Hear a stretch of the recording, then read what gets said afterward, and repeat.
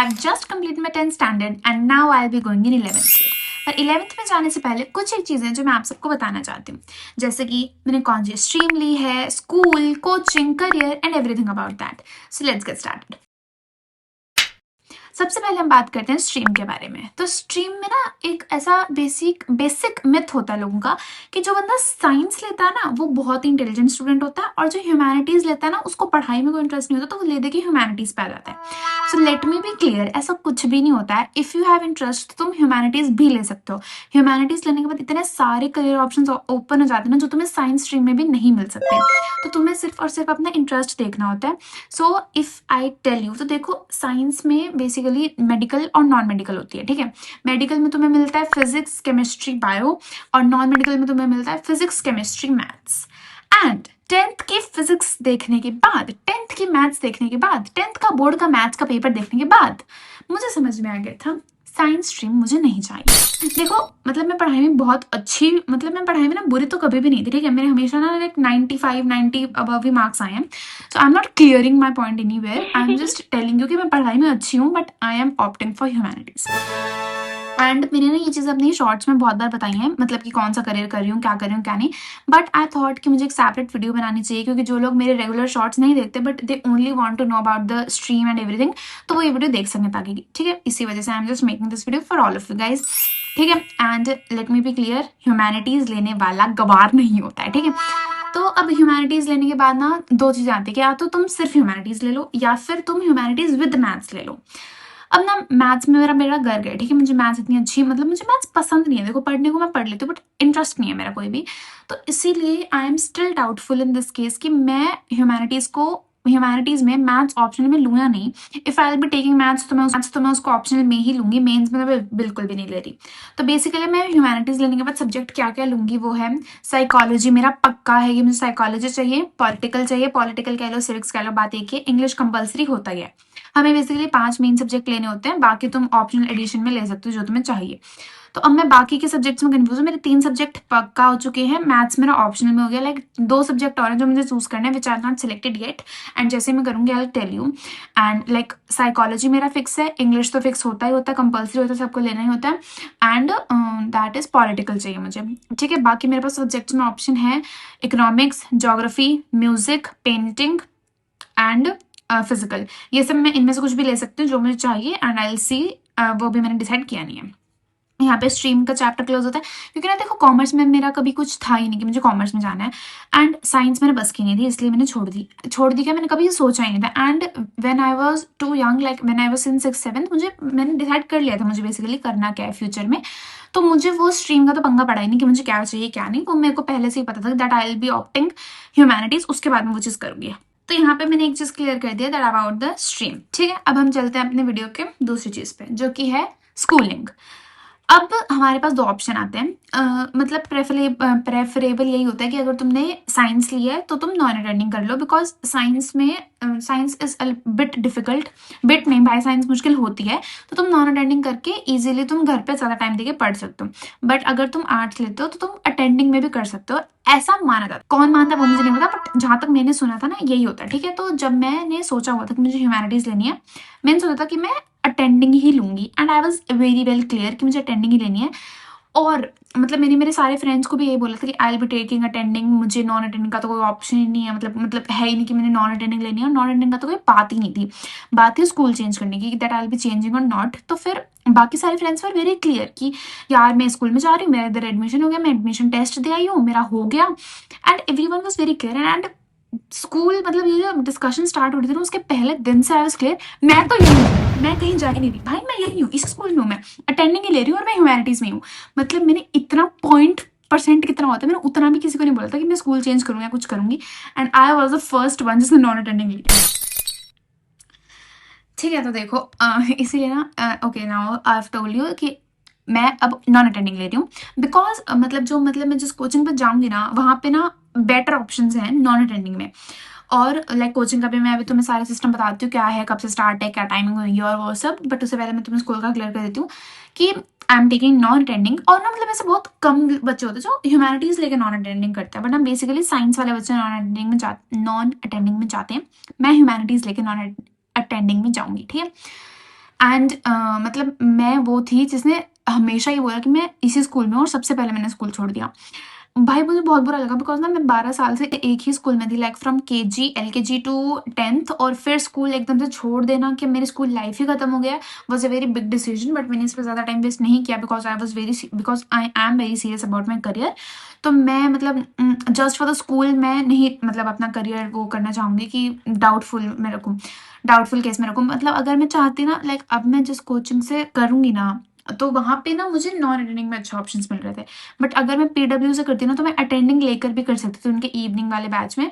But फिर मुझे थोड़ा फ्री टाइम भी चाहिए था, मुझे अपनी लाइफ इतनी हेक्टिक बनानी नहीं थी, इसलिए I am taking non attending. ठीक है, नाउ लेट्स मूव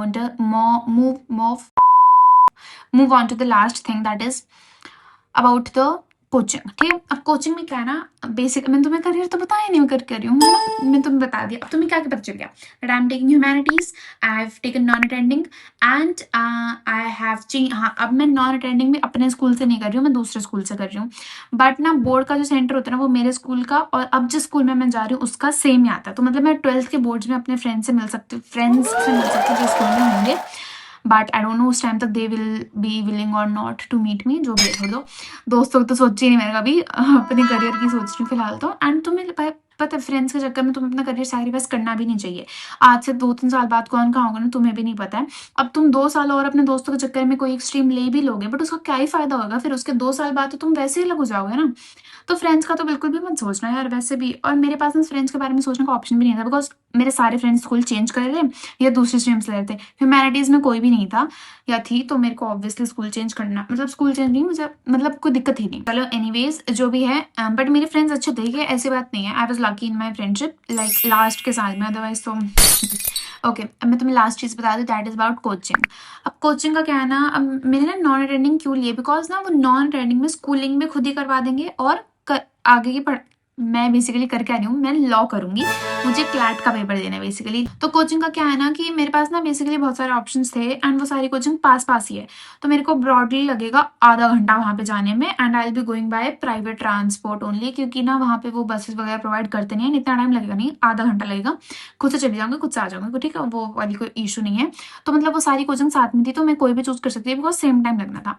तो अब जो मैंने कोचिंग चूज की है ना, उसमें मतलब नॉन एडिंग में अच्छे ऑप्शन थे, वो मैं तुम्हें बता चुकी हूँ। टाइमिंग क्या है उस कोचिंग की, वो है 9 to 4, मतलब सुबह के 9 बजे से लेके दिन के 4 बजे तक।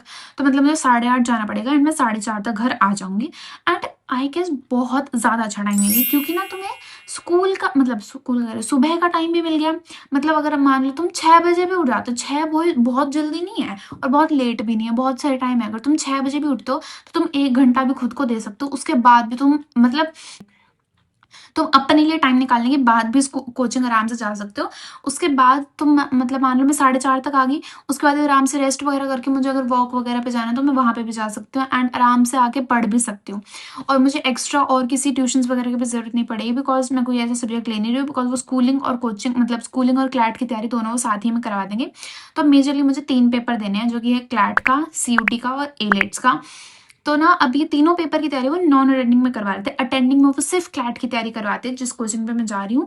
तो फिर इसलिए ना मतलब मुझे बाकी सारे लाइक पैरामीटर्स को देखकर मुझे नॉन अटेंडिंग वाला ऑप्शन ज्यादा बेस्ट लगा। और नॉन अटेंडिंग ना मेरे को इसलिए भी चाहिए थी, बिकॉज 12 साल से मैं जिन दोस्तों के साथ थी ना, और 12 साल से मैं जो लाइफ जी रही थी, और 12 साल से जो मैं लाइफ पैटर्न में थी ना, now that all will break and I will live a new life. क्योंकि देखो अब इतना टाइम से जो चल रहा था वो सेम था, रोज सुबह इतने टाइम पे उठना, फिर स्कूल यूनिफॉर्म पहनना, सेम बस में जाना, लाइक एवरीथिंग वाज सेम।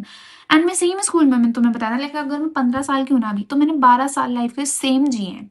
तो मैं अब कुछ नया और कुछ अलग करना चाहती हूँ, and it will be a good change I guess, और मतलब अच्छा भी लगेगा मुझे, बिकॉज मेरे को बिल्कुल एंटायरली न्यू फ्रेंड्स मिलेंगे ना। मैं 12 साल से जिन दोस्तों के साथ हूँ, उनके अलावा नए दोस्त मिलेंगे, तो ऑब्वियसली मेरी पर्सनालिटी में भी तो चेंज आएगा। तो मुझे वो चीज़ भी अच्छी लगी, बिकॉज आई लाइक चेंज, ठीक है, एंड परिवर्तन ही संसार का नियम है, ठीक है। अब बेसिकली मेरे सेशन स्टार्ट हो रहे हैं 23rd of March से, एंड ऑब्वियसली मैं कोई बैकलॉग नहीं क्रिएट करना चाहती, इसलिए मैं 23 मार्च को ही जाऊंगी। लाइक ऑब्वियसली मैं स्टार्ट कर दूंगी जाना, एंड उसके भी मैं व्लॉग्स डालती रहूंगी, लाइक अपडेट्स देती रहूंगी। ऑब्वियसली अगर तुम मेरे चैनल पे नहीं हो तो सब्सक्राइब कर लेना, बिकॉज बिकॉज मैं डेली व्लॉग्स डालती हूँ।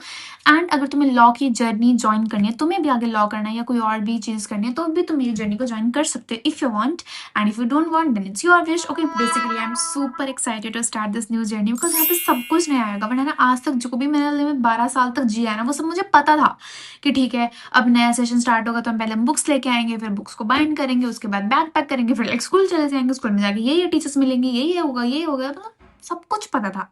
बट अब जो होगा ना, मुझे कुछ भी नहीं पता है।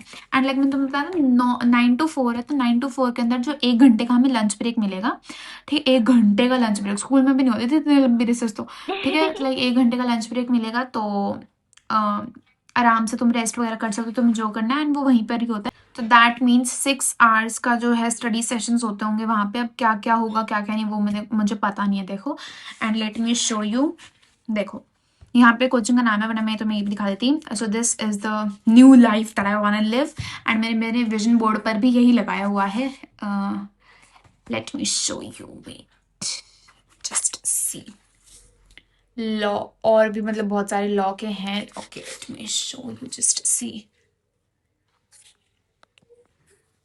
सो yes, this is my dream and these are all life updates. Like उन्होंने ना कुछ इस तरह से हमें पूरा पेपर पे सारा पैटर्न वगैरह समझाया था जब हम कोचिंग के लिए बात करने के लिए गए थे। And now yeah that's all for today's video. I hope तुम लोगों को पसंद आई होगी। If you want to join this law journey with me, do subscribe and thank you for watching. Bye bye.